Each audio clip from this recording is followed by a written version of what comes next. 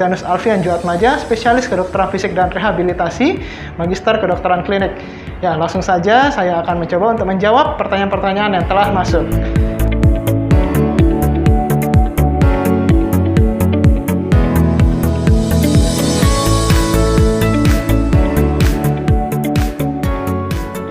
Baik, jadi ada ibu dengan riwayat stroke dan saat ini mengalami kesulitan berjalan.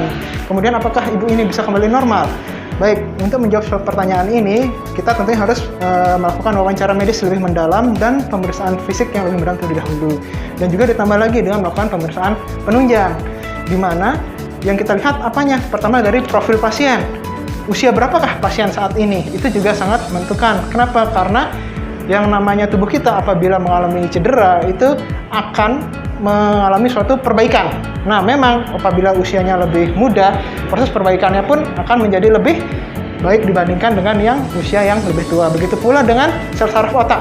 Nah, sel saraf otak kita ini mempunyai kemampuan yang namanya neuroplastisitas. Neuroplastisitas ini merupakan suatu kemampuan dari sel saraf untuk memperbaiki dirinya. Ya, jadi usia itu penting. Ya, jadi sini kita harus melakukan lagi anamnesis atau wawancara medis yang lebih mendalam mengenai usia pasien bagaimana.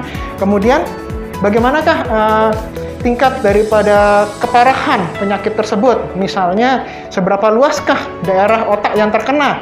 Seperti itu. Ya, semakin luas daerahnya, tentunya untuk ke depannya mungkin akan menjadi lebih lama dan akan menjadi lebih complicated untuk kita tangani seperti itu. Kemudian lokasinya di mana? Lokasi misalnya terjadinya stroke sumbatan, di manakah lokasinya? Apakah dia di pembuluh darah yang besar ataukah pembuluh darah yang kecil? Itu juga akan menentukan.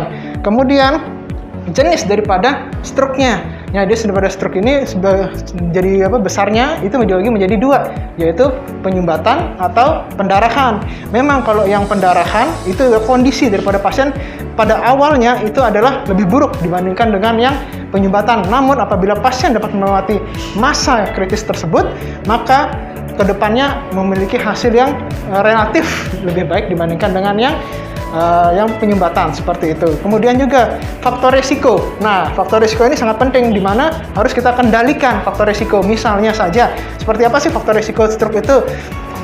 Yang pertama itu misalnya penyakit jantung. Jadi kita harus kendalikan penyakit jantungnya. Kemudian tekanan darah tinggi. Kemudian kencing manis.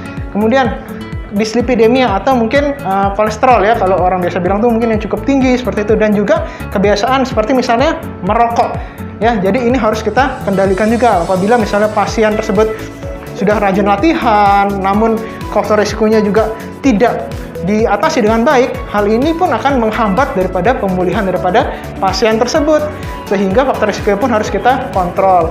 Ya, dengan mengontrol faktor risiko ini akan dapat membantu pemulihan daripada pasien serta mencegah serangan stroke berulang.